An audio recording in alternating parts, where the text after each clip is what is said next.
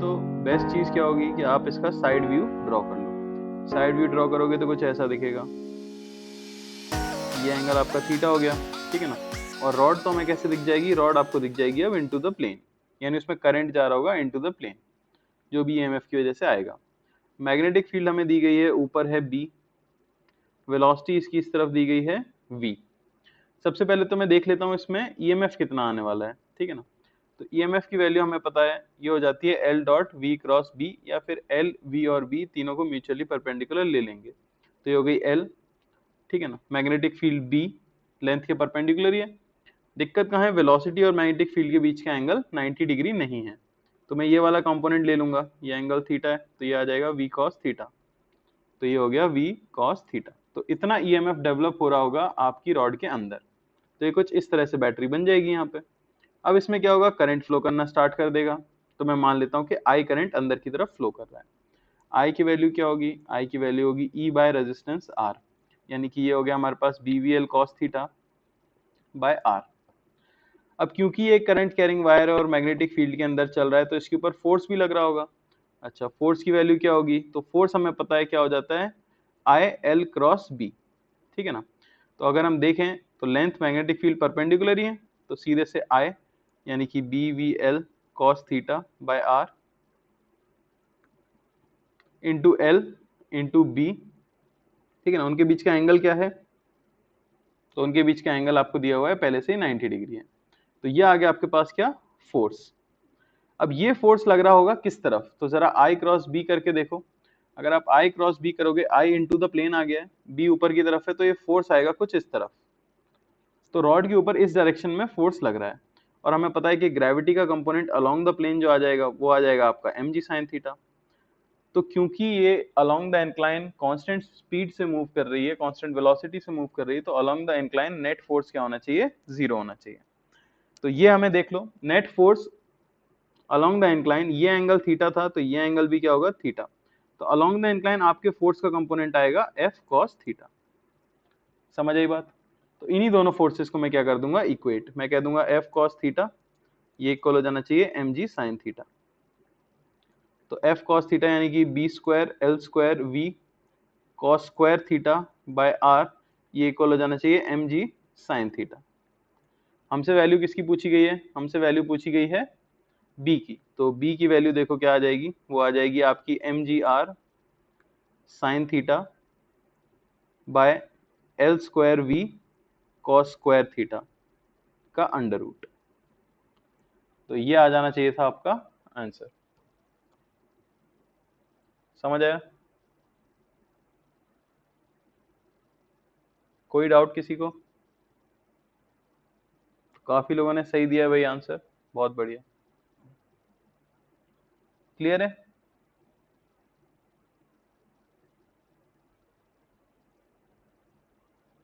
तो ऐसे हम निकाल सकते हैं क्या, force on a current carrying wire. चलो,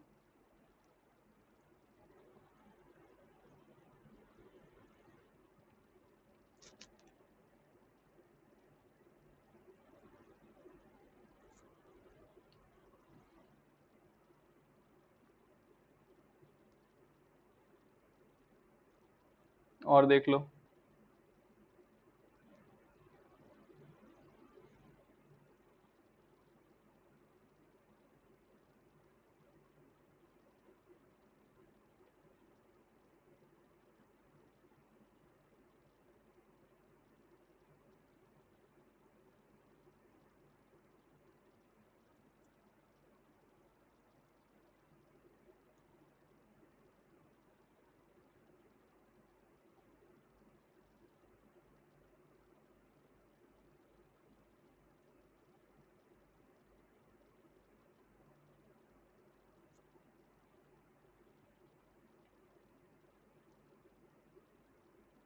हम्म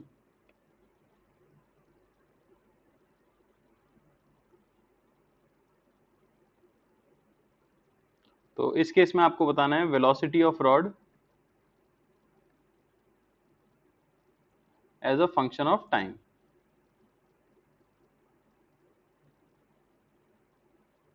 मैग्नेटिक फील्ड कांस्टेंट दी गई है आपकी बाहर की तरफ बी नॉट, बताओ जरा। फोर्स परपेंडिकुलर ही लग रहा है रॉड के,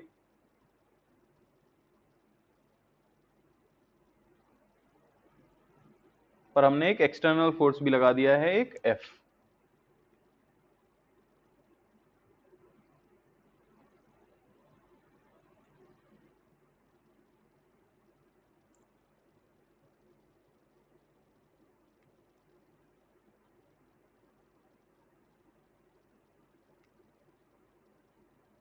इक्वेशन बना लो, वही बहुत है।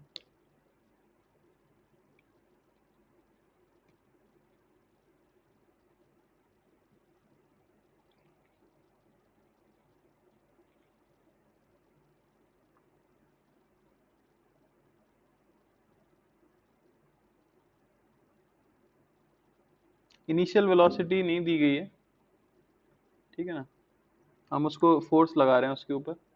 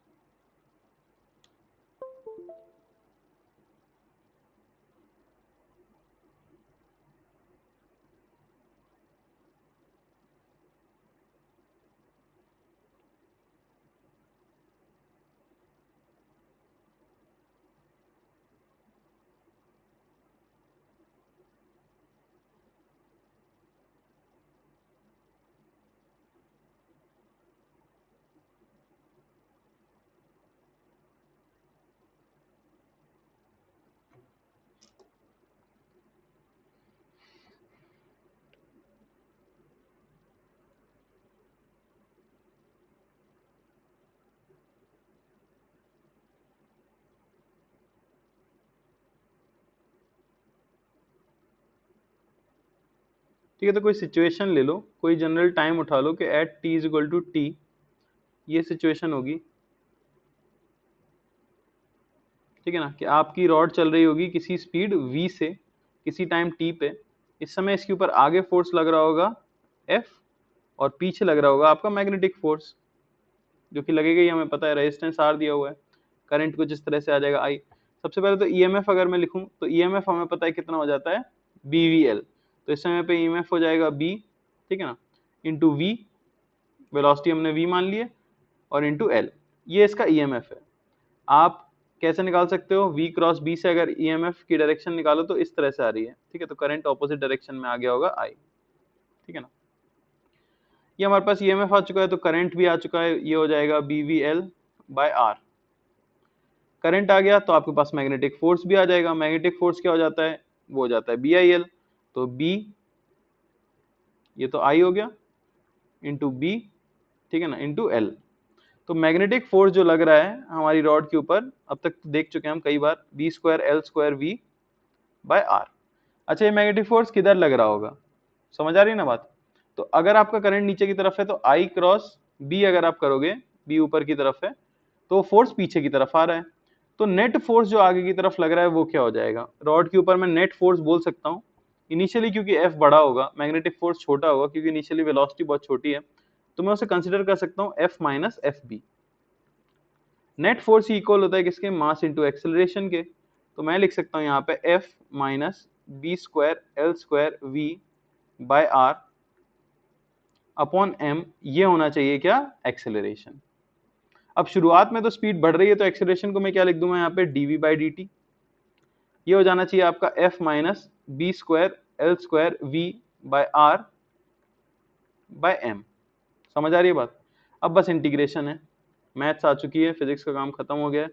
dv by F minus B square L square V by R, ये इक्वल होना चाहिए dt। समझ आई बात, बाय एम। ठीक है ना। इसी को हमें इंटीग्रेट करना है। t इक्वल टू 0 पे स्पीड 0 थी, t इक्वल टू t पे स्पीड होगी कुछ v। इसे इंटीग्रेट करोगे आपको क्या मिल जाएगा, इंटीग्रेशन आ जाएगा ln f minus B square L square V by R upon इसका कोएफिशिएंट यानी कि minus B square L square by R, और ये इक्वल हो जाना चाहिए किसके, t बाय एम के। क्लियर है। तो यहां से हमें मिल गया, इसमें लिमिट पुट करनी है हमें 0 से लेके v तक। पुट करोगे तो यहाँ मिलेगा ln f minus B square L square V by R upon f, 0 put करने पे आएगा, ये होना चाहिए minus B square L square T by M R. समझ आई ना बात। तो यहाँ से देखो क्या मिलता है, यहाँ से हमें मिल जाएगा f minus B square L square V by R, ठीक है ना। ये इक्वल हो जाना चाहिए क्या, f इंटू ई की power minus B square L square T by M R. यहाँ से आपको v मिल चुका है। v की वैल्यू क्या आ जाएगी देख लो, v की वैल्यू आ जाएगी r into F 1 minus E की power minus B square L square T by M R upon B square L square. ये है आपकी velocity as a function of time. समझ आया क्या। देखने में खतरनाक लग रहा है, मैंने किया कुछ नहीं है। इससे पहले वाले केसेस में सिर्फ मैग्नेटिक फोर्स लगता था और कुछ इनिशियल वेलोसिटी देते थे। इस बार हमने एक कांस्टेंट एक्सटर्नल फोर्स और जोड़ दिया था, तो मैंने क्या किया, सिर्फ नेट फोर्स लिख लिया। देखो यहाँ तक तो हम पहले कर ही चुके थे, ये फोर्स तो आपके लिए कुछ नया नहीं है, आप निकाल चुके हो 2 बार, ठीक है ना। बस एक एक्सटर्नल फोर्स आया जिसकी वजह से नेट फोर्स ही हो गया, और मैंने एक्सेलरेशन को dv बाई dt लिख दिया। उसके बाद इंटीग्रेशन है, जो डरावनी चीज है वो क्या है, इंटीग्रेशन। समझ आया तो आगे बढ़े, बोलो। डाउट है किसी को तो बोल सकता है अभी।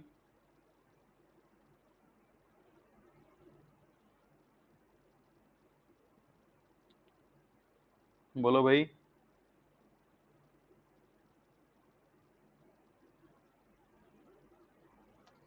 कोई कुछ नहीं बोल रहा है।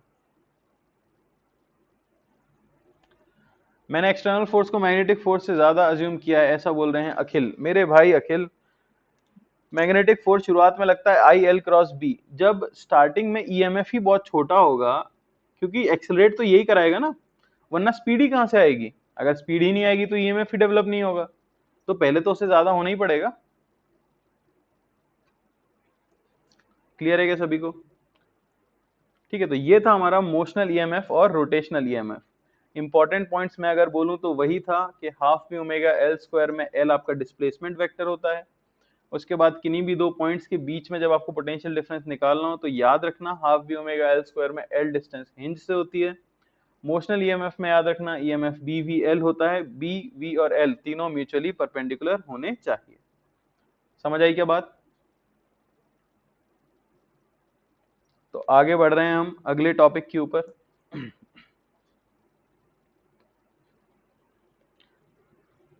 ठीक है ना बेटा, आंसर दिखा तो दिया मैंने, ये दिख तो रहा है आपको सामने, यही आंसर है वी। ये गंदा सा चीज जो दिख रही है उसी को आंसर कह रहे हैं हम। ठीक है ना। तो अब आपको अब हमें स्टार्ट करना है इंड्यूस्ड इलेक्ट्रिक फील्ड।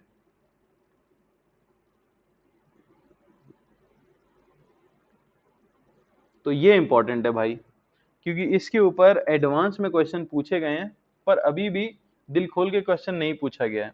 दिल खोल के मेरा मतलब है कि ढंग से, थोड़ा टफ, थोड़ा सा अच्छा क्वेश्चन अभी तक इसके ऊपर नहीं पूछा गया। एक कारण ये भी है कि बहुत टफ इस पे बनता नहीं है। ठीक है, पर फिर भी उन्होंने थ्योरेटिकल चीजें ही पूछी हैं अभी तक। तो देखो क्या होती है इंड्यूस्ड इलेक्ट्रिक फील्ड। अब बेसिकली ऐसा देखा गया कि अगर आपके पास एक सिलिंड्रिकल रीजन के अंदर मैग्नेटिक फील्ड है, ठीक है ना, हमारे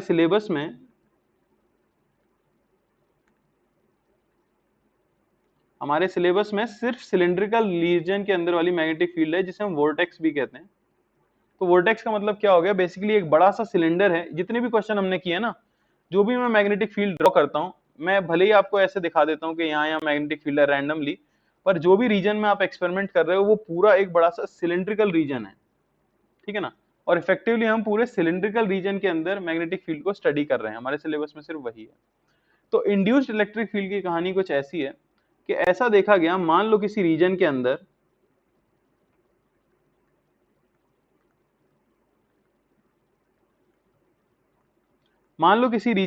मैग्नेटिक फील्ड है बी, ठीक है ना, और आपने उसके अंदर एक चार्ज पार्टिकल को रख दिया इस तरह से, ठीक है ना।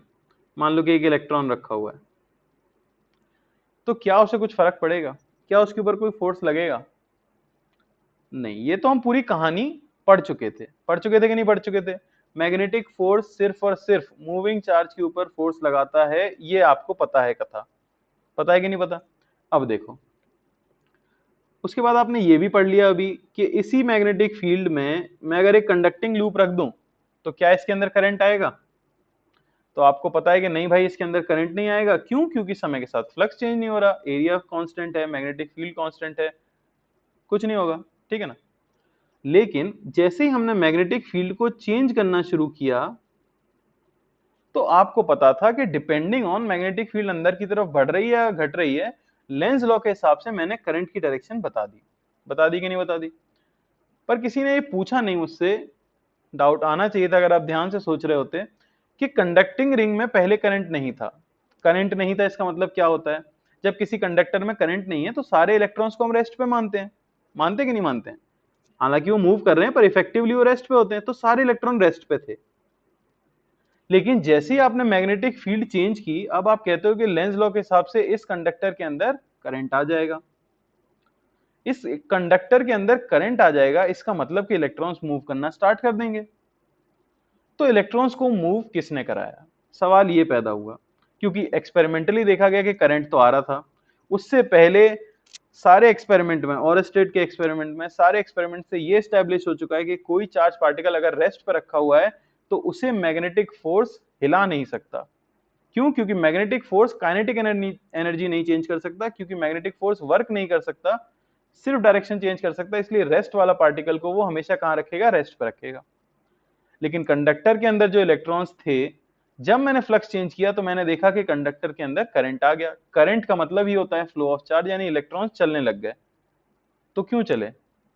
या तो आप मैग्नेटिक फोर्स वाली बात गलत कह रहे हो, ठीक है, तो नहीं, वो तो स्टैब्लिश हो चुका था, बड़े बड़े लोगों ने कह दिया था कि नहीं, मैग्नेटिक फोर्स वर्क तो नहीं करेगा। तो फिर ये क्यों चला? अब ये हमें पता था कि सिर्फ एक ऐसी फील्ड है, दो ही फील्ड हम पढ़ते हैं दुनिया में, इलेक्ट्रिक फील्ड और मैग्नेटिक फील्ड।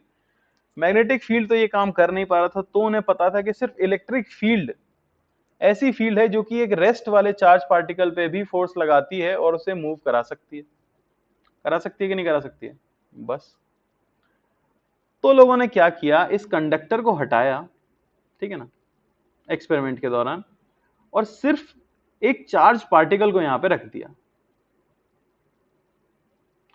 और अब चीजें देखी, हवा थी, ठीक है ना, आपके पास एक वोर्टेक्स फील्ड है, सिलिंड्रिकल फील्ड है, उसमें आपने एक चार्ज पार्टिकल को रख दिया और मैग्नेटिक फील्ड को चेंज कराना शुरू किया। तो उन्होंने देखा कि इलेक्ट्रॉन एक सर्कुलर पाथ में घूमने लग गया। अब ये सोचने की बात थी कि भाई इलेक्ट्रॉन सर्कुलर पाथ पे क्यों घूम रहा है? मैग्नेटिक फील्ड तो इसे सर्कुलर पाथ पे घुमा नहीं सकती, क्योंकि वो इसका मोशन स्टार्ट नहीं कर पाई है। तो कौन है जो कि इसका मोशन स्टार्ट कर रहा है? तो फिर कहा गया कि इस रीजन के अंदर एक इलेक्ट्रिक फील्ड भी है। तो बात आई कि किसने बनाई है वो इलेक्ट्रिक फील्ड, कहां से आई है वो इलेक्ट्रिक फील्ड? हम तो कहते थे कि चार्ज बनाता है इलेक्ट्रिक फील्ड।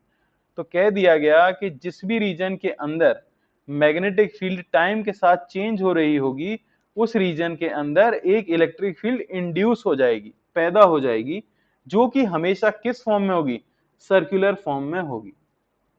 दुनिया हिल गई, समझ रहे हो कि नहीं। इससे पहले हम कन्वेंशनल इलेक्ट्रिक फील्ड में पढ़ चुके हैं कि इलेक्ट्रिक फील्ड लाइंस कभी क्लोज लूप में फॉर्म नहीं होती हैं, ठीक है ना, वो हमेशा ही पॉजिटिव चार्ज से ओरिजिनेट होती हैं और नेगेटिव चार्ज पे जाके टर्मिनेट होती हैं। लेकिन यहाँ पे हमें पता लगा कि भाई चेंजिंग मैग्नेटिक फील्ड ने क्या किया है, एक इलेक्ट्रिक फील्ड को इंड्यूस किया है जो कि हमेशा सर्कुलर पाथ में फॉर्म हो रही है, कॉन्सेंट्रिक सर्कल्स के फॉर्म में, इस तरह से कॉन्सेंट्रिक सर्कल्स के फॉर्म में एग्जिस्ट कर रही है। इसीलिए जो चार्ज पार्टिकल आपने इलेक्ट्रॉन यहाँ पे रखा, ये इसी फोर्स के कारण, क्योंकि फोर्स हमेशा सर्कुलर के टेंजेंशियल है, तो वो इलेक्ट्रॉन को कैसे घुमा रहा है, सर्कल के ऊपर टेंजेंशियली घुमा रहा है। क्या आपको बात समझ आई। तो इंड्यूस्ड इलेक्ट्रिक फील्ड किस इलेक्ट्रिक फील्ड को कहते हैं, ये इलेक्ट्रिक फील्ड कोई चार्ज प्रोड्यूस नहीं करता है, कौन प्रोड्यूस करता है, जबकि चेंजिंग मैग्नेटिक फील्ड प्रोड्यूस करती है। तो इसीलिए आप यहाँ पे जो कंडक्टिंग रिंग रखते हो, तो उसके अंदर भी जो इलेक्ट्रॉन्स घूमना शुरू होते हैं वो इसी इलेक्ट्रिक फील्ड के कारण होते हैं। समझ आ रही है बात। दूसरी चीज, हमें यह भी पता है कि इलेक्ट्रिक फील्ड के अलोंग चलने पे पोटेंशियल बढ़ता है, घटता है, और ऑपोजिट चलने पे पोटेंशियल बढ़ता है। और आपने ये फॉर्मूला भी देखा था इलेक्ट्रोस्टैटिक्स में, मैं अगर बोलूं कि potential difference is integration of E dot DL. देखा था कि नहीं देखा था। लेंथ के अलोंग अगर ई कांस्टेंट हो जाता तो ई इंटू एस, इसी को हम पोटेंशियल डिफरेंस बोलते थे ना, फील्ड इंटू डिस्टेंस। तो वेरिएबल के लिए डेल्टा वी हमारे पास आया था इंटीग्रल ई डॉट डीएस। और अब यहाँ पे लोग स्टैब्लिश ये कर ही चुके थे कि मान लो आपके पास एक कंडक्टिंग लूप रखा हुआ है और मैग्नेटिक फील्ड अगर चेंज हो रही है, जैसे मैं इस लूप को कंसिडर कर रहा हूं सारी बातें करने के लिए, ठीक है ना। तो इसमें हमें ये पता लग चुका है कि कंडक्टिंग लूप अगर मैंने रख दिया और मैग्नेटिक फील्ड चेंज किया तो इसमें एक ईएमएफ डेवलप हो जाएगा जो अभी हमने पढ़ा है, और उस ईएमएफ की वैल्यू कितनी होगी, वो होगी D phi by D T, या मैं minus D phi by D T कह देता हूं, है कि नहीं। ये था फैराडे का लॉ। तो ये चीज तो हम इलेक्ट्रोस्टैटिक्स में पढ़ ही चुके थे, ये चीज हमें फैराडे भाई साहब बता चुके थे, और अब दोनों चीजों के बीच में एक रिलेशन आ चुकी थी। बेसिकली कंप्लीट लूप में जब आप घूमोगे तो वही तो होगा ई डॉट डीएल, इलेक्ट्रिक फील्ड का डॉट प्रोडक्ट डीएल वेक्टर के साथ। पूरे लूप में जब आप घूमो तो वो पोटेंशियल डिफरेंस जो आएगा, जैसे मैं यहां से स्टार्ट करूं और मैं घूम के वापस यहीं पे आऊं, तो मैंने कितना पोटेंशियल डिफरेंस कवर किया होगा, ई। तो यहीं से एक रिलेशन हमें मिली, क्या, integral of E dot DL, ठीक है ना, और इसे इक्वल कर देते हैं हम minus D phi by D T के, जहां ये फ्लक्स कौन सा है, मैग्नेटिक। समझ आई क्या बात। तो integral of E dot DL is equal to minus D phi by D T. Changing magnetic field can produce induced electric field. Can क्या, मस्ट प्रोड्यूस, हमेशा प्रोड्यूस करेगी। समझ आई बात। तो ये पॉइंट मैं यहां लिख देता हूं, चेंजिंग मैग्नेटिक फील्ड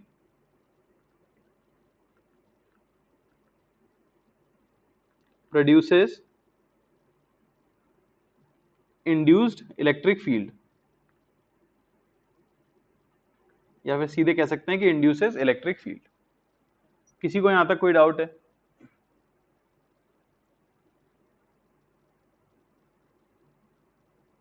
हमेशा होता था इंड्यूस्ड इलेक्ट्रिक फील्ड, उसी की वजह से तो ईएमएफ आ रहा था। कुणाल बोल रहे हैं इलेक्ट्रॉन रेस्ट पे नहीं है ना, चाचा रेस्ट पे ही था शुरुआत में, फिर चलने लगा था मैग्नेटिक फील्ड में। मैग्नेटिक फील्ड में रखने पर अगर आप मैग्नेटिक फील्ड को चेंज कर रहे हो समय के साथ, तो आपका इलेक्ट्रॉन चलने लगा, क्योंकि मैग्नेटिक फील्ड ने एक इलेक्ट्रिक फील्ड इंड्यूस कर दी है, और इलेक्ट्रिक फील्ड तो रुके हुए चार्ज को चला सकती है ना। तो आज से पहले की जिंदगी में भी हर जगह इलेक्ट्रिक फील्ड थी, बस मैंने तुम्हें बताई नहीं थी ताकि जीवन बर्बाद ना हो जाए। समझ आ रही है बात। क्लोज लूप कैसे हुआ, फील्ड क्लोज लूप नहीं होती है, बिल्कुल सही बात है बेटा, क्योंकि तुम्हें आज तक पता नहीं था। उसे हम बोलते हैं कन्वेंशनल इलेक्ट्रिक फील्ड, इसे हम बोलते हैं इंड्यूस्ड इलेक्ट्रिक फील्ड। और इसी पे बेस्ड क्वेश्चन 2011 में आया था जब मैंने जेई एडवांस दिया था और मेरा गलत हुआ था। तो मैं इसको आपको काफी डिटेल में पढ़ाने वाला हूँ, चिंता मत करो। मैं यहाँ पे प्रॉपर्टीज लिखने वाला हूँ इस फील्ड की, ठीक है ना। तो देखो, इंड्यूस्ड इलेक्ट्रिक फील्ड के बारे में कुछ बातें लिख लेते हैं। इंड्यूस्ड इलेक्ट्रिक फील्ड, तो क्या क्या बात है इंड्यूस्ड इलेक्ट्रिक फील्ड के बारे में। पहली चीज तो यह है कि they always exist in close loops, always exist in closed loops unlike conventional electric field. Conventional electric field से मेरा मतलब क्या है, वो इलेक्ट्रिक फील्ड जो कि चार्ज प्रोड्यूस करता है। ये इलेक्ट्रिक फील्ड मैग्नेटिक फील्ड ने प्रोड्यूस की है। समझ आ रही है बात? तो ये हो गई पहली प्रॉपर्टी। दूसरी चीज, जो इलेक्ट्रिक फील्ड आपने पहले पढ़ी थी उसका नेचर कैसा था भाई, कंजर्वेटिव था नॉन कंजर्वेटिव था? लिख दो, इतना आलस सही नहीं है, थोड़ा इंटरेक्ट करते रहोगे तो तुम्हें भी मजा आएगा, मुझे भी मजा आएगा, ठीक है ना। इंड्यूस्ड इलेक्ट्रिक फील्ड कंजर्वेटिव थी या नॉन कंजर्वेटिव थी? कंजर्वेटिव थी। ये कैसी है, तो ये नॉन कंजर्वेटिव है। समझ आ रहा है? This electric field is non-conservative in nature. In nature, unlike conventional electric field, वो कंजर्वेटिव थी। तो इनमें कुछ समानता है ही नहीं।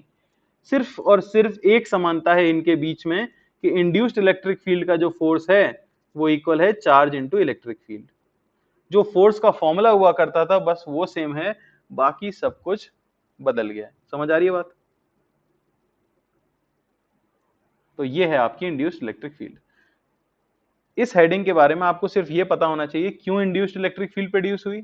हाँ, अब कोई स्टेटमेंट अगर आपको दे दे, देखो मैं कितने क्वेश्चन में आपको फंसा सकता हूं। मैं सिर्फ ये कह दूंगा if a charge particle is kept in magnetic field at rest it will always stay in rest. सही है गलत है? अगर मैं कह दूं एक चार्ज पार्टिकल को मैंने मैग्नेटिक फील्ड में रख दिया है रेस्ट पर, तो क्या वो जीवन भर रेस्ट पर रहेगा? गलत है। अगर मैग्नेटिक फील्ड कांस्टेंट है तो वो रेस्ट पे रहेगा, लेकिन मैग्नेटिक फील्ड अगर आपने क्या कर दी है, वेरिएबल कर दी है या समय के साथ बदलने वाली कर दी है, तो फिर वो मूव करना शुरू कर देगा। कैसा पाथ होगा उसका? सर्कुलर पाथ होगा उसका। क्या कारण है उसका? इंड्यूस्ड इलेक्ट्रिक फील्ड कारण है उसका। इंड्यूस्ड इलेक्ट्रिक फील्ड कितनी होती है, तो वो हम निकाल सकते हैं E dot D L is equal to minus D phi B by D T से। क्लियर है क्या यहां तक सभी को? इसमें और कंजर्वेटिव इलेक्ट्रिक फील्ड में कुछ समानता नहीं है, सिर्फ एक समानता है कि इनका फोर्स निकालने का फॉर्मूला सेम है। अब देखो इस पे क्वेश्चंस कैसे आते हैं। मैं अपना वाला क्वेश्चन बताता हूं, मेरे जीवन का एक दुख। हालांकि तुम लोग अब कर लोगे, पर मेरी भी गलती नहीं थी। मैंने जब पढ़ा था रेजोनेंस में तो मुझे नहीं पढ़ाया गया था। एचसी वर्मा में छोटी सी हेडिंग दी हुई थी, मैंने ध्यान नहीं दिया। ठीक है ना? बिल्कुल। इंड्यूस्ड इलेक्ट्रिक फील्ड आपको रीजन दे रही है लेंज लॉ का। अभी तक तो हमने बस ये सुन लिया था कि लेंज ने कह दिया कि हाँ उल्टा करना है हमें। उल्टा क्यों करना है उसका कारण यहां से पता चल रहा है। ठीक है ना? तो ये था सवाल आपका। क्वेश्चन था which of the following can represent electric field. ये सवाल आया था भाई, और कुछ इस तरह के सवाल थे। ठीक है ना? आप देख सकते हो ऑप्शंस। एग्जैक्टली मुझे याद नहीं है ऑप्शन, जो ऑप्शन मैंने गलत किया मुझे वही याद है सिर्फ।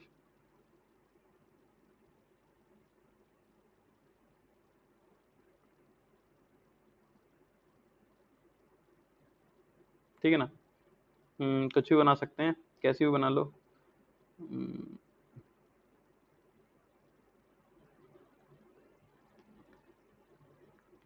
चार ऑप्शन तो मुझे याद नहीं है, मैंने यहाँ पे आपको सिर्फ 3 ऑप्शन दे दिए और आपको आंसर पता भी लग गया होगा। तो मैंने जब क्वेश्चन एग्जाम में देखा तो बताओ मैंने सबसे पहले किसको हटा दिया था कि ये तो आंसर नहीं होगा भाई, पूरे कॉन्फिडेंस में, काफी जोश में मैंने एक आंसर तो हटा ही दिया था, वो था बी। ठीक है ना? क्योंकि मैंने सोचा भाई इलेक्ट्रिक फील्ड क्लोज लूप, कितने बेवकूफ हैं यार, एडवांस में कैसा क्वेश्चन दे देते हैं ये लोग भी। मैग्नेटिक फील्ड क्लोज लूप में होती है, इलेक्ट्रिक थोड़ी ना होती है कभी। फिर मैंने रैंडमली तुक्का मारा, सोच रहे हो, क्योंकि मुझे पता नहीं था और वो गलत हो गया। तो आंसर इसका क्या था भाई? बी। क्योंकि उन्होंने क्वेश्चन में कहीं नहीं लिखा कि वो इंड्यूस्ड इलेक्ट्रिक फील्ड की बात कर रहे हैं या कन्वेंशनल इलेक्ट्रिक फील्ड की बात कर रहे हैं। तो सिर्फ इलेक्ट्रिक फील्ड बोलने का मतलब हो गया आपको सब कंसिडर करना है। समझ आ रही है बात? तो ये उस दिन से मेरे दिमाग में छपा हुआ है, और मुझे तब तो समझ भी नहीं आया, जब आंसर की आई मैंने समझ नहीं आया कैसे हुआ, रेजोनेंस की आंसर की देखी, सॉल्यूशन देखा, तो मैंने कहा भाई ये तो पढ़ा ही नहीं था तुमने। ठीक है ना? अब देख लेते हैं। तो ये तो था थियोरेटिकल क्वेश्चन जो आया था। अब कैसा क्वेश्चन आ सकता है इसके ऊपर वो देख लेते हैं। तो वैल्यू कैलकुलेट करवाई जा सकती है आपसे। ठीक है ना? तो या मैं एक करके बता देता हूँ हेडिंग के साथ। Calculating the magnitude of induced electric field.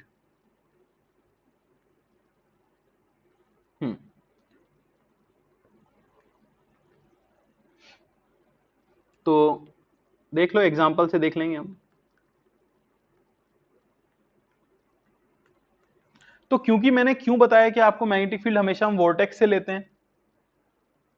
Vortex से हम वोर्टेक्स वाला शेप इसलिए लेते हैं ना, क्योंकि सर्कुलर इलेक्ट्रिक फील्ड फॉर्म होती है, और जो आपके मैग्नेटिक फील्ड का सेंटर होता है ना, उसी के अबाउट कॉन्सेंट्रिक आपकी इलेक्ट्रिक फील्ड्स बन रही होती हैं। ठीक है, तो ये भी याद रखना, कॉन्सेंट्रिक सर्कुलर लूप्स होते हैं ये, कॉन्सेंट्रिक सर्कुलर लूप्स। समझ आई बात। और सेंटर वही होगा जो हमारे वोर्टेक्स मैग्नेटिक फील्ड के सिलेंडर का सेंटर होगा। ठीक है, तो ये इस तरह से दिया हुआ है, ये मैं बता देता हूं कि आपको सेंटर है ओ पॉइंट, और यहां से कुछ एक्स डिस्टेंस पे मुझे इलेक्ट्रिक फील्ड बतानी है, ये मान लेते हैं।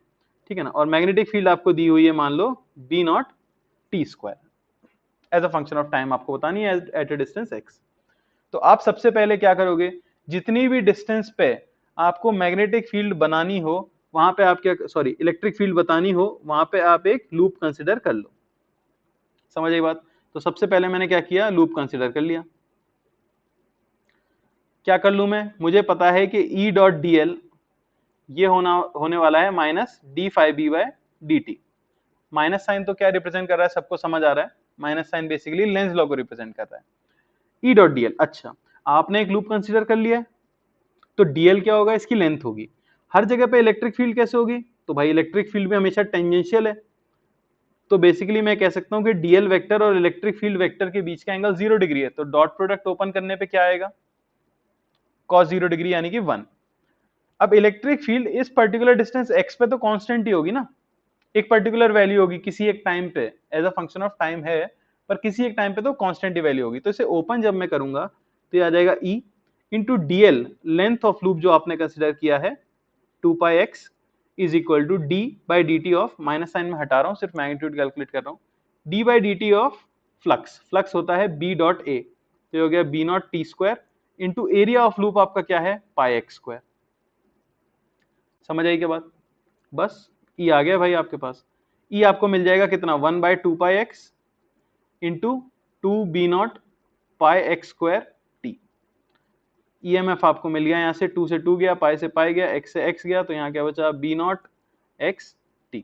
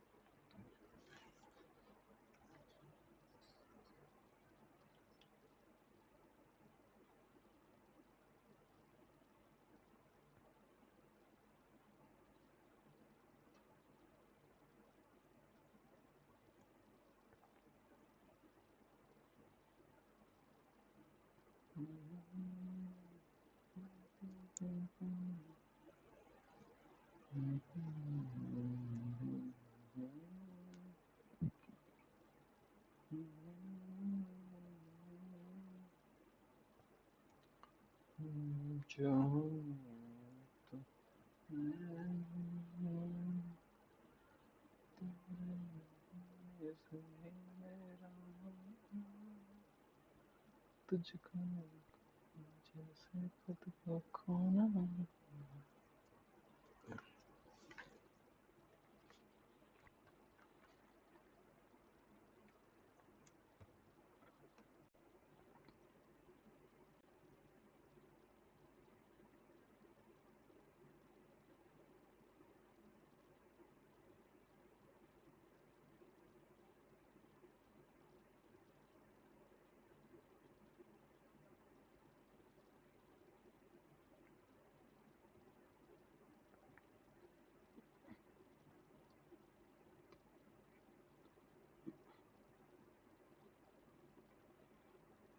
हाँ भाई, तो समझ आया।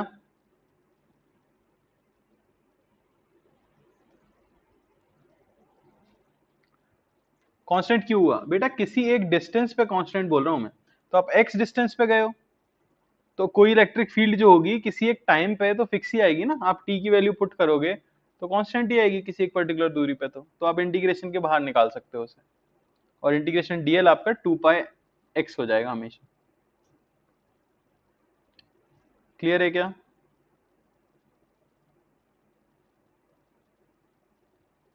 किसी को कोई डाउट? क्वेश्चन करने के लिए तैयार है सभी लोग? बस आपको क्या करना है, E डॉट dl ये करना है माइनस d5b की।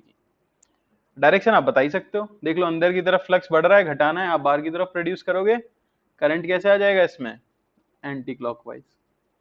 ठीक है ना, डायरेक्शन लेंस लॉ से एंटी क्लॉकवाइज आ भी गई, फील्ड अंदर बढ़ रही थी तो मैं घटानी है, घटाने के लिए क्या करोगे, कैसे बनाओगे, खुद की बाहर बनाओगे, तो ये इस तरह से आ गई आपकी बैटरी।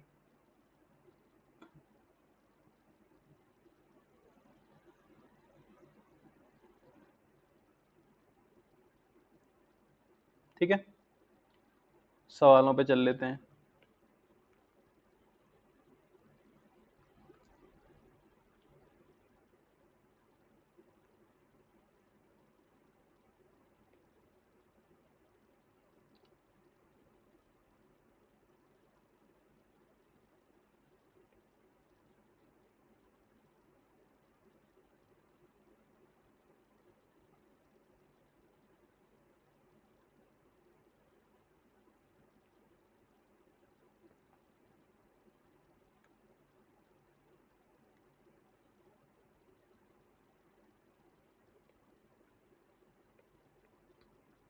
तो आपको ए पे और पी पे इंड्यूस्ड इलेक्ट्रिक फील्ड बतानी है। मैग्नेटिक फील्ड दी गई है, इस रीजन के अंदर है, सिर्फ आर रेडियस के रीजन के अंदर इलेक्ट्रिक मैग्नेटिक फील्ड है, और आपको इंड्यूस्ड इलेक्ट्रिक फील्ड बतानी है ए पे और पी पे। एक पॉइंट अंदर है उस रीजन के, एक पॉइंट बाहर है।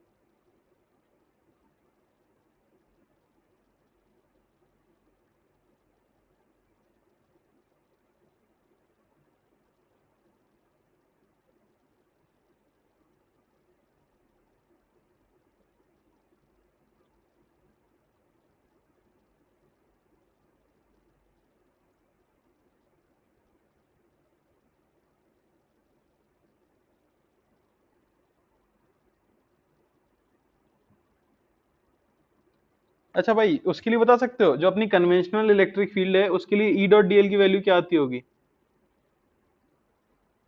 ई डॉट डीएल की वैल्यू कन्वेंशनल इलेक्ट्रिक फील्ड के लिए,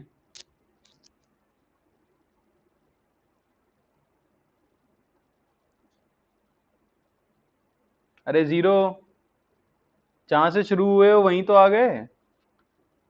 अरे किरचॉफ लॉ पढ़ लिया पूरा, पूरे क्लोज लूप में अगर घूम के आते हो तो इलेक्ट्रिक फील्ड वर्क थोड़ी ना करती है कि नहीं? याद रखना, कन्वेंशनल के लिए जीरो होती है ये चीज, फॉर कन्वेंशनल।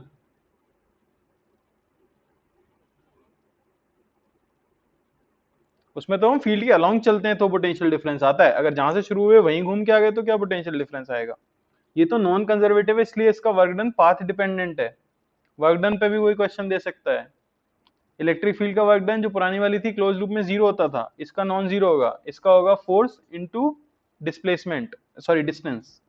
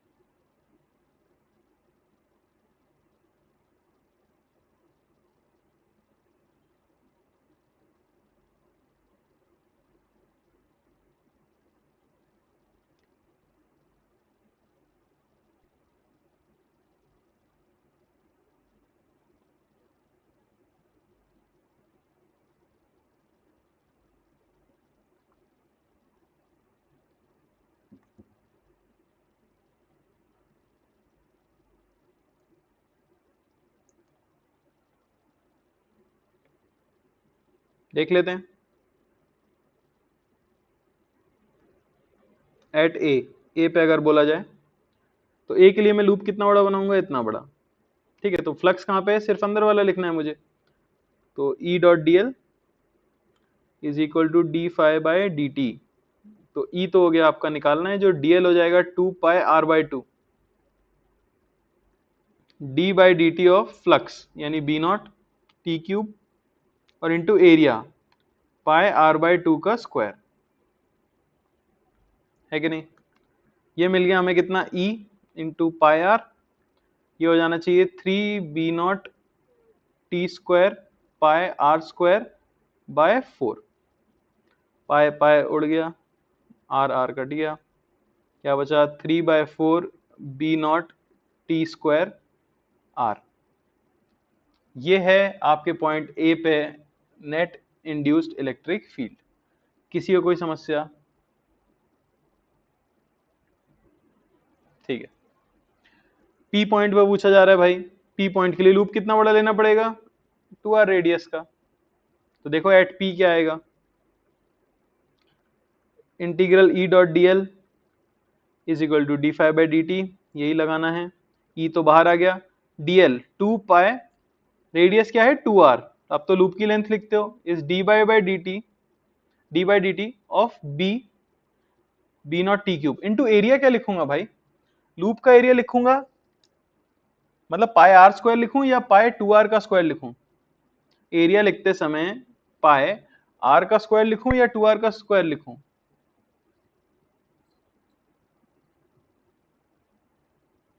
भाई फ्लक्स जितने में है उसी का तो लिखोगे, यहाँ फ्लक्स थोड़ी है 2r रीजन में, फ्लक्स तो सिर्फ मैक्सिमम कहां तक जा सकता है, r तक। तो ये भी याद रखना, फ्लक्स लिखना है आपको, 2r लूप में ही फ्लक्स लिख रहे हैं, लेकिन 2r रेडियस के अंदर, सिर्फ r रेडियस के अंदर ही तो फील्ड थी। तो यहाँ क्या आएगा, पाई आर स्क्वायर आएगा सिर्फ। समझ आया। तो E की वैल्यू यहां से हमें क्या मिल जाएगी, ये मिल गया 1/4 pi R into 3 b0 T square pi R square, यानी 3/4 b0 T square R. Same आया, सेम कैसा है,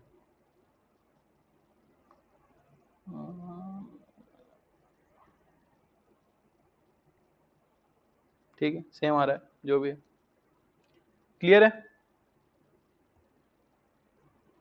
कहाँ 2r होगा, 2r कहीं नहीं होगा बेटा, 2r का यहाँ पे 2r था ना, बस यहाँ पे 2r होगा, क्योंकि ये आपको लूप की लेंथ लिखनी होती है अपने, ठीक है ना।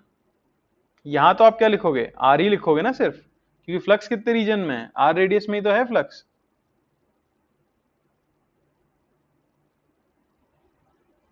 अरे समझ आया कि नहीं, क्लियर है। फ्लक्स जितने रीजन में उतने ही तो लिखेंगे, जबरदस्ती थोड़ी लिख देंगे, यहाँ कोई फ्लक्स है ही नहीं जब r रेडियस के बाहर। एक और ऐसे ही कराऊं या अगले टाइप का करना है, बोलो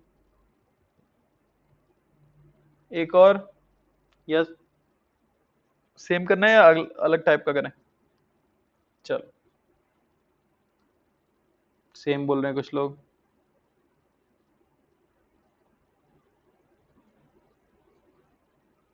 चलो एक सेम कर लेते हैं सबके भले के लिए। उसमें कुछ कर नहीं सकता मैं, ठीक है ना, यही क्वेश्चन आ सकता है सिर्फ आपके पास। लो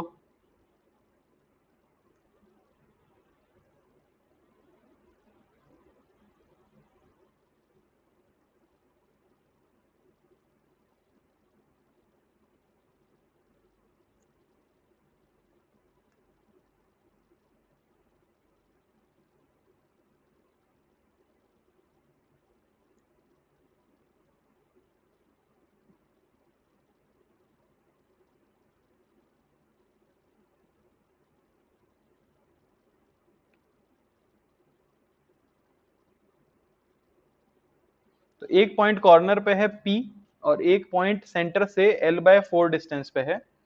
तो बता दो भाई, induced electric field at A और induced electric field at P की वैल्यू कितनी होगी। गलत नहीं होना चाहिए किसी का।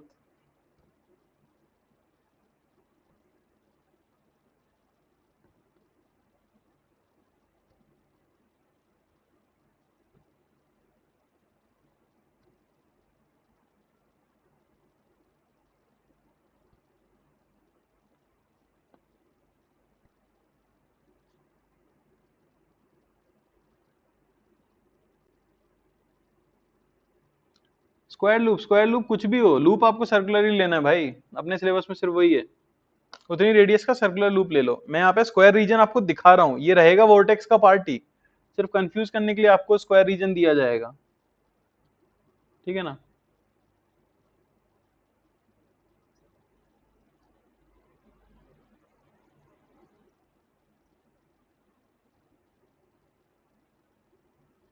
पार्ट ऑफ वोर्टेक्स ये है, चाहो तो लिख लो यहाँ पे।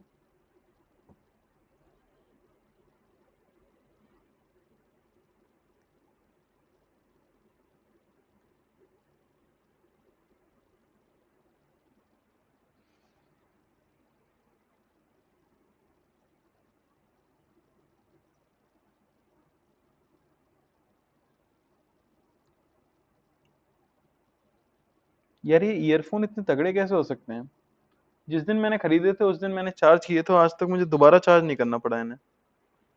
इतने अच्छे वायरलेस तो मैंने कभी देखे ही नहीं। कितनी क्लासें ले चुके हैं।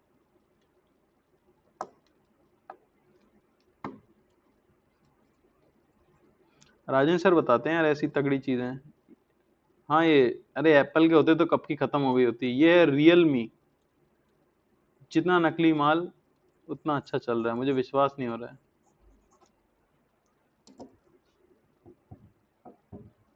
चाइनीज है क्या? अब तो खरीद गया भाई, अब नहीं खरीदेंगे। और पहले खरीदा था भाई।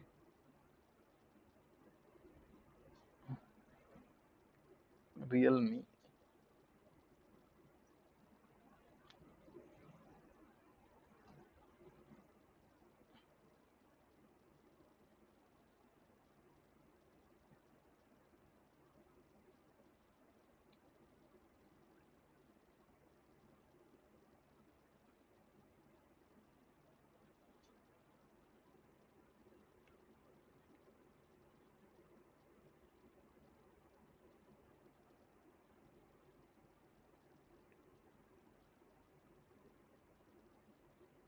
चलो भाई ज्यादा टाइम बर्बाद नहीं करेंगे इस पे, ये लूप मान लिया फटाफट।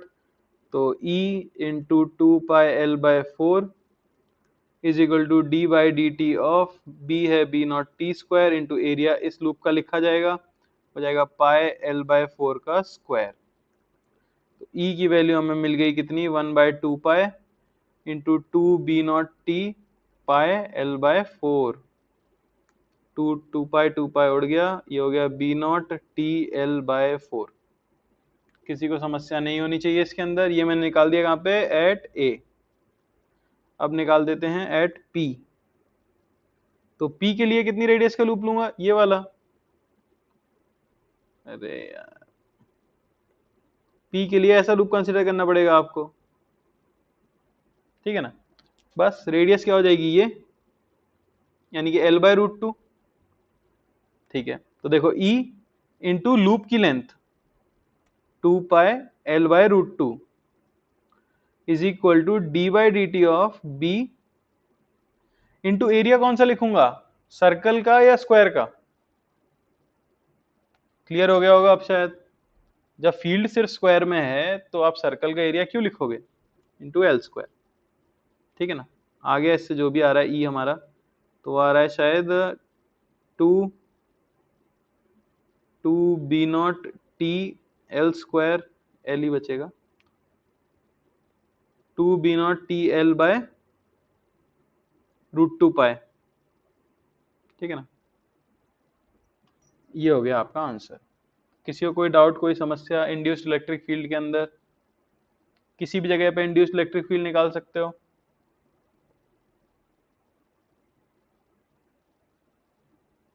ठीक है, अब देखो वो सब फर्जी क्वेश्चन नहीं करा रहा हूं मैं, कि यहीं पे इलेक्ट्रॉन रखा था, ठीक है ना, तो वो घूम के जब वापस उसी जगह पे आएगा तो कितना वर्क डन हो जाएगा। तो फोर्स क्या हो जाएगा, ई इंटू ई, जो भी इलेक्ट्रिक फील्ड आपने निकाली इंटू चार्ज, और इंटू डिस्टेंस कर देना, जो भी आपकी पाथ लेंथ है वो वर्क डन आ जाएगा। क्लियर है। बढ़ जाए आगे, अलग टाइप का क्वेश्चन कर लें थोड़ा।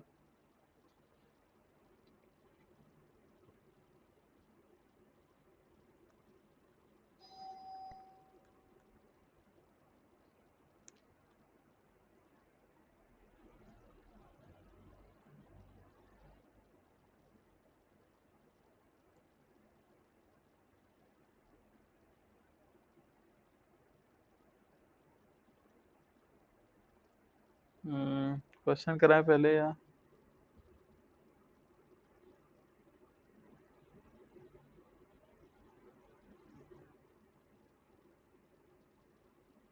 अरे मैं क्या कर रहा हूँ, वैसे मैं पढ़ा तो रहा हूँ।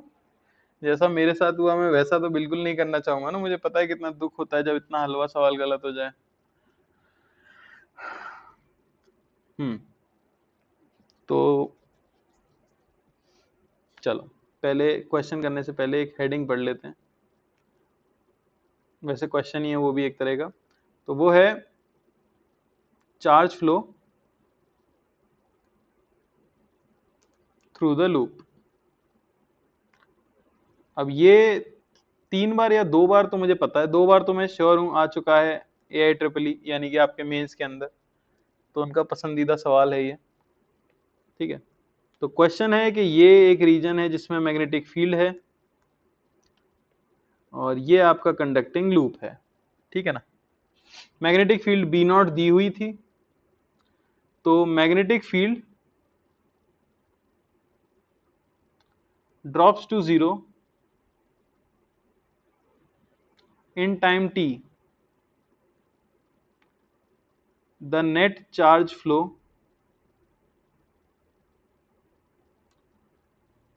through any cross section of the loop is, ये आपको बताना है। तो एक कंडक्टिंग लूप रखा हुआ था, कांस्टेंट मैग्नेटिक फील्ड में करंट तो नहीं होगा आपको पता है, लेकिन टी टाइम में उनने उस मैग्नेटिक फील्ड को घटा के क्या कर दिया है, 0 कर दिया है। तो फील्ड चेंज हुई होगी समय के साथ टी टाइम में, तो नेट चार्ज कितना फ्लो कर गया होगा हमें ये बताना है।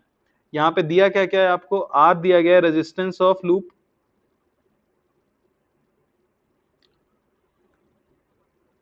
ठीक है ना, आर दिया गया आपको रेजिस्टेंस ऑफ लूप।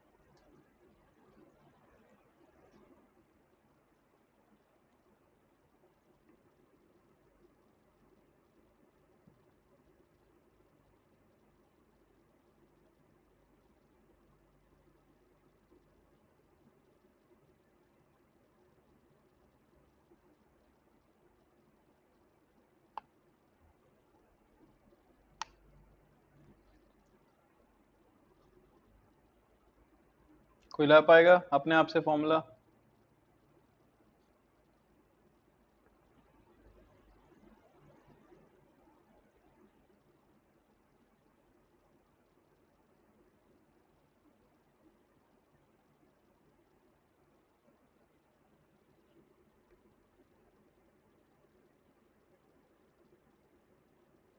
बहुत सिंपल है, देखोगे तो तुम्हें हंसी आ जाएगी। देखो, तो करंट जो आएगा लूप में वो क्या आ जाएगा, करंट जो आएगा वो आ जाएगा आपका dq/dt, rate of flow of charge. और ईएमएफ क्या होता है भाई, ईएमएफ होता है d∅dt, ये पता है सभी को। और करंट क्या होता है, करंट हो जाता है ईएमएफ बाय रेजिस्टेंस R। तो अगर मैं यहाँ पे वैल्यूज पुट करूं तो मैं लिख सकता हूं करंट यानी कि dq/dt, ये होना चाहिए ईएमएफ यानी कि d∅dt अपॉन R। यहां से आपको मिल गया dq is equal to d∅/R। इसी को इंटीग्रेट कर दो, है कि नहीं, बस आपको क्या मिल जाएगा, Q is equal to phi, flux में जो चेंज हुआ है, अपॉन रेजिस्टेंस। तो फ्लक्स पहले क्या था, ठीक है, मैंने रेडियस नहीं दी थी, R मान लो रेडियस, R मत मानो, स्मॉल r मान लो रेडियस। तो फाइ कितना हो जाएगा, वो हो जाएगा B0 into R², πr², minus finally क्या है 0, एवरेज लिख दिया मैंने, अपॉन रेजिस्टेंस R। इसी को फॉर्मूले की तरह भी याद रखा जाता है क्या, if the flux changes from phi1 to phi2, ठीक है ना, in a loop of resistance R, the net charge flow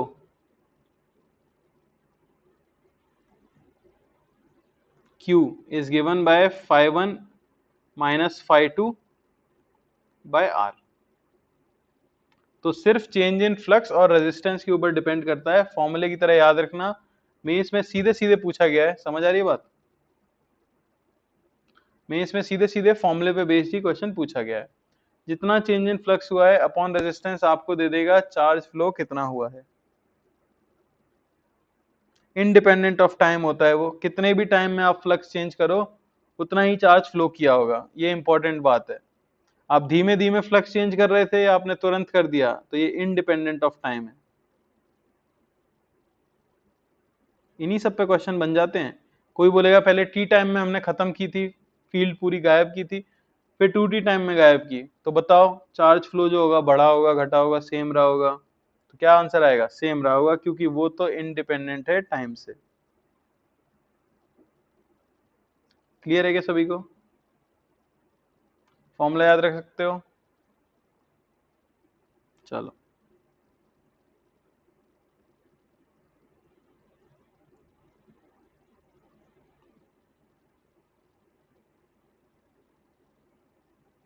ठीक है, तो एक आध क्वेश्चन कर लेते हैं इसके ऊपर।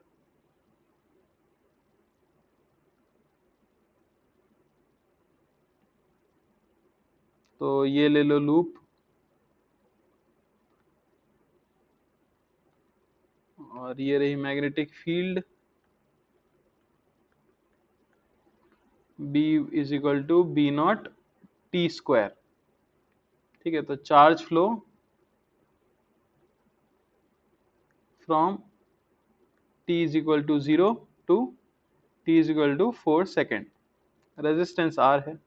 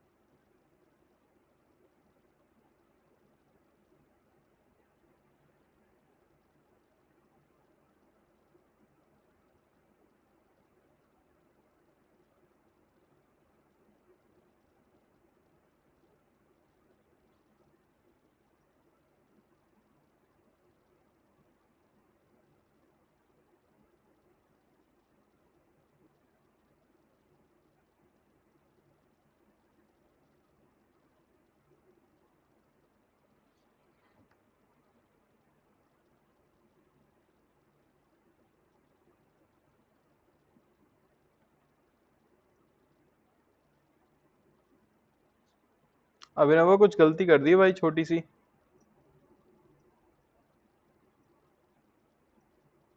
या तो टाइप गलत कर दिया है ऑप्शन तुमने आंसर। तो इसमें है ही क्या, क्यों टाइम वेस्ट करें? Q initially charge 0, initially flux 0, finally flux 4 second पे मैग्नेटिक फील्ड क्या होगी 16 B naught, 16 B naught L square, ये final flux, initially 0 upon resistance R। Time pass, कोई समस्या नहीं होनी चाहिए इसमें किसी को। तो ये आपका खत्म हो गया है क्या, फैराडेज लॉ और लेंज लॉ। आई होप सबको समझ आया हो। अब हम बहुत ही अगले इंपॉर्टेंट टॉपिक पे चलने वाले हैं, जिसपे भी क्वेश्चन आता ही आता है। ये चीज एसी में भी काम आती है, ऑल्टरनेटिंग करंट में भी। ईएमआई खत्म कैसे हो जाएगा भाई, पूरी रामायण है ये। अगली चीज है आपकी इंडक्टेंस। 3 इंस्ट्रूमेंट हैं, 3 इलेक्ट्रिकल इंस्ट्रूमेंट मेनली आपको सर्किट के अंदर दिखेंगे। पहला होता है रेजिस्टेंस, दूसरा होता है कैपेसिटेंस, और तीसरा होता है इंडक्टेंस। रेजिस्टेंस और कैपेसिटेंस आप पढ़ चुके हो, और अब आप पहुंचे हो किसके ऊपर, इंडक्टेंस के ऊपर। तो ये तीसरा एक इंस्ट्रूमेंट होगा जो कि आपको सर्किट सॉल्विंग में दिया जाएगा, ठीक है ना। सर्किट जो आपको मिलेंगे उनमें इंडक्टर भी होगा, कैपेसिटर भी होगा, रजिस्टर भी होगा। जैसे आरसी सर्किट तो हम देख ही चुके हैं, टाइम कांस्टेंट वगैरह निकाला था। सेम पूरी कहानी यहाँ भी हमें करनी होगी। समझ आ रही है बात? क्यूरीज टेम्परेचर क्या है, ये तो क्यूरी ही जानती होंगी, मुझे कोई आइडिया नहीं भाई। इंडक्टेंस, ठीक है ना। तो अब हम बात कर रहे हैं किसकी, इंडक्टेंस की। किसे बोला जाता है इंडक्टेंस? तो अभी हमने पढ़ा कि अगर आपके पास एक कंडक्टिंग लूप है, ठीक है ना, और उससे मैग्नेटिक फील्ड को चेंज कराया जाए, उससे अगर मैग्नेटिक फील्ड का फ्लक्स आ रहा है, मैं कह देता हूं if flux changes with time, तो EMF is induced in the loop, ठीक है ना। अगर फ्लक्स जो है टाइम के साथ चेंज हो रहा है तो लूप के अंदर ईएमएफ इंड्यूस होता है इन अकॉर्डेंस विथ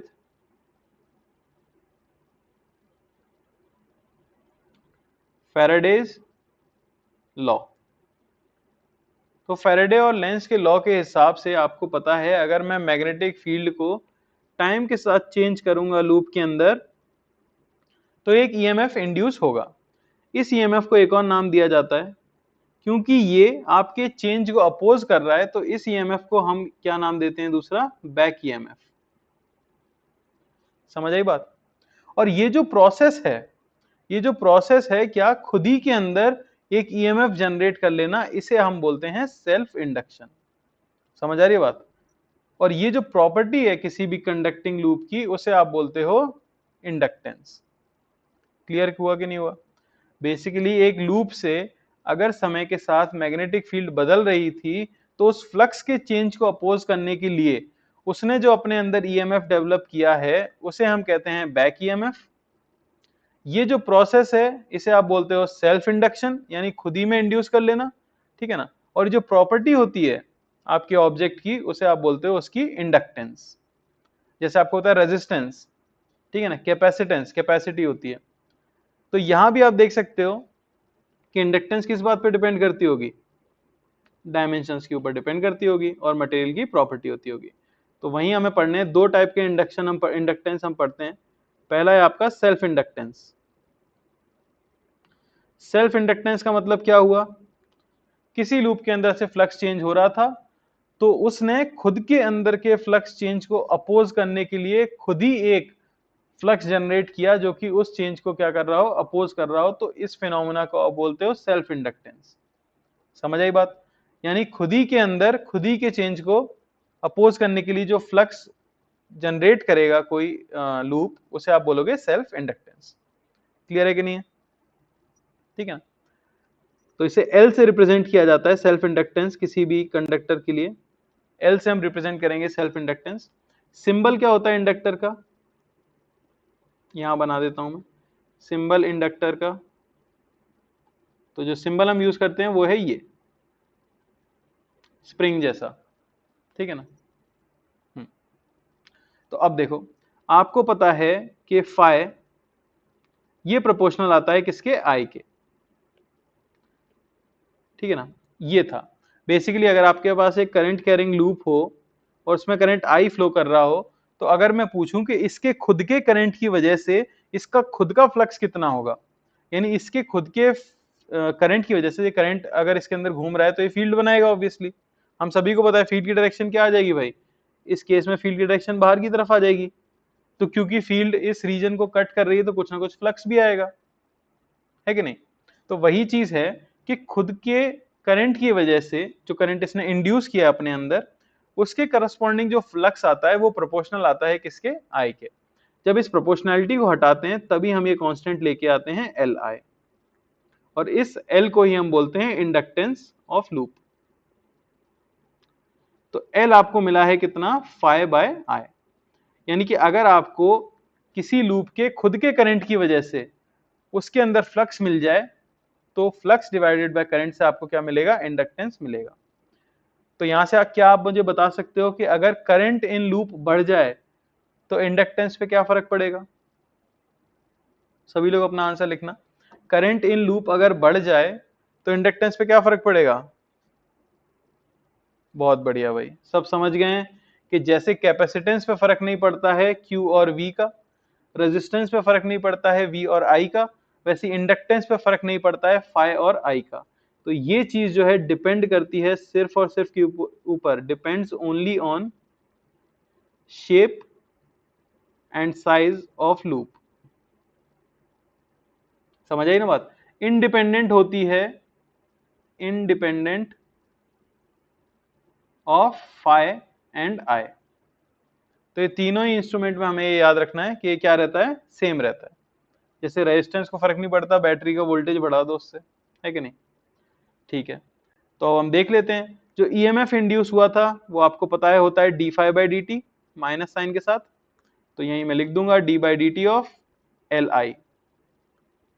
तो यहां से ईएमएफ का एक नया फॉर्मूला मिल जाएगा आपको, कितना, minus L D I by D T.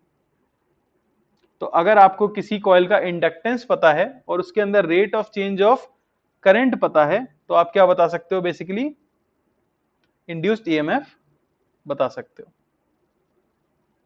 समझ आया कि नहीं आया? मटेरियल पे डिपेंड इस केस में नहीं कर रहा है, दिख रहा है हमें साफ साफ, शेप साइज के ऊपर डिपेंड कर रहा है ये, ठीक है ना? तो ये मटेरियल के ऊपर डिपेंड नहीं करेगा, कंडक्टिंग मटेरियल है अगर तो।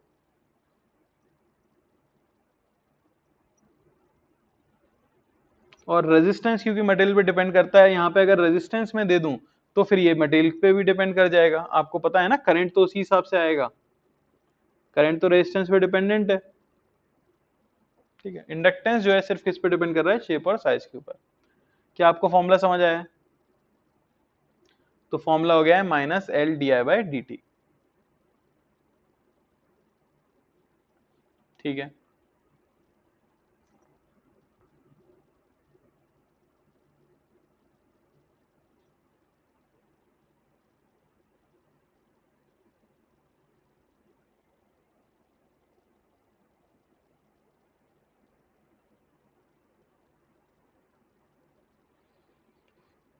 तो एक चीज कैलकुलेट कर लेते हैं यहाँ पे, वो है जैसे self inductance of a long solenoid, ठीक है ना। मान लो कि आपके पास एक लॉन्ग सोलेनॉइड है, तो उसका सेल्फ इंडक्टेंस कितना होता होगा। तो इस तरह से हमें सोलेनॉइड दे दिया जाएगा, उसके बारे में दिया रहेगा आपको क्या, एन है नंबर ऑफ टर्न्स, एल है उसकी लेंथ, और एरिया में ले लेता हूं है ए। तो हमें इसका सेल्फ इंडक्टेंस बताना है। तो जिस भी इंस्ट्रूमेंट का आपको सेल्फ इंडक्टेंस बताना हो, सबसे पहले तो आप क्या करो, उसके अंदर करंट एज्यूम करो, उस करंट की वजह से उसके खुद का फ्लक्स लिख दो, ठीक है ना, और फिर आप सिंपली क्या कर दो, उसे एल आई के इक्वल कर दो। तो देखो मैं क्या मान लूंगा, इसके अंदर करंट आई है, पहला स्टेप यही था, अज्यूम आई, अज्यूम किया है मैंने, तो जो चीज हम अज्यूम कर रहे हैं वो आंसर में नहीं होनी चाहिए। तो मैग्नेटिक फील्ड कितनी होगी अंदर, पता है सबको, म्यू नॉट एन आई। अच्छा, तो फ्लक्स कितना होगा, तो वो हो जाएगा बी इंटू एरिया। समझ आ रही बात? बी इंटू एरिया तो एक लूप से होगा, एक लूप से। ऐसे टोटल कितने लूप्स होंगे, वायर के जो लूप बनते हैं ना सोलेनॉइड के ऊपर, तो वो कितने होंगे, एन इंटू एल। समझ आ रहा है कि नहीं? एल लेंथ है, एन है number of turns per unit length. तो ये हो गया mu naught N I A into N L, ये आपका फाई है। इसी को मैं इक्वेट कर दूंगा एल आई के, तो ये मिल गया कितना, mu naught N square I A L. समझ आया? आई आई देखो कट जाएगा आपका हमेशा, तो एल की वैल्यू आपको क्या मिली, ये मिली mu naught N square A L. तो ये होता है self inductance of a long solenoid. एक सोलेनॉइड का self inductance mu naught N square by A L होता है। कई बुक्स में इसको इस तरह से भी दिया रहता है, self inductance per unit volume, per unit volume. तो आपको दिख रहा है ए इंटू एल वॉल्यूम है, तो उससे डिवाइड कर दो, तो एल बाय ए एल, ठीक है ना। ये आपको मिल जाएगा कितना, म्यू नॉट एन स्क्वायर। क्योंकि लेंथ जनरली लॉन्ग मानते हैं, इनफाइनाइट मानते हैं, तो पर यूनिट वॉल्यूम भी कई बार डिफाइन कर दिया जाता है। समझ आ रहा है? अच्छा, अगर फील नहीं आ रही आपको इंडक्टेंस होता क्या है, तो मैं थोड़ा सा बता देता हूँ। जैसे कैपेसिटेंस क्या होता है, कैपेसिटेंस होता है capacity to store charge. Ultimately capacitor में आप क्या करते हो, इलेक्ट्रिकल एनर्जी स्टोर करते हो कि नहीं करते हो इलेक्ट्रिक फील्ड के फॉर्म में? तो इंडक्टर एक ऐसा डिवाइस होता है जिसमें कि आप मैग्नेटिक एनर्जी स्टोर करते हो मैग्नेटिक फील्ड के फॉर्म में। समझ आई क्या बात? तो इसी के ऊपर और डिटेल में नेक्स्ट क्लास में ही देखेंगे, ठीक है ना। इंडक्टर से स्टार्ट करूंगा मैं, यहाँ पे तो थोड़ा सा आइडिया दिया हुआ, एक फॉर्मूला देखा है, 5 बराबर Li यूनिट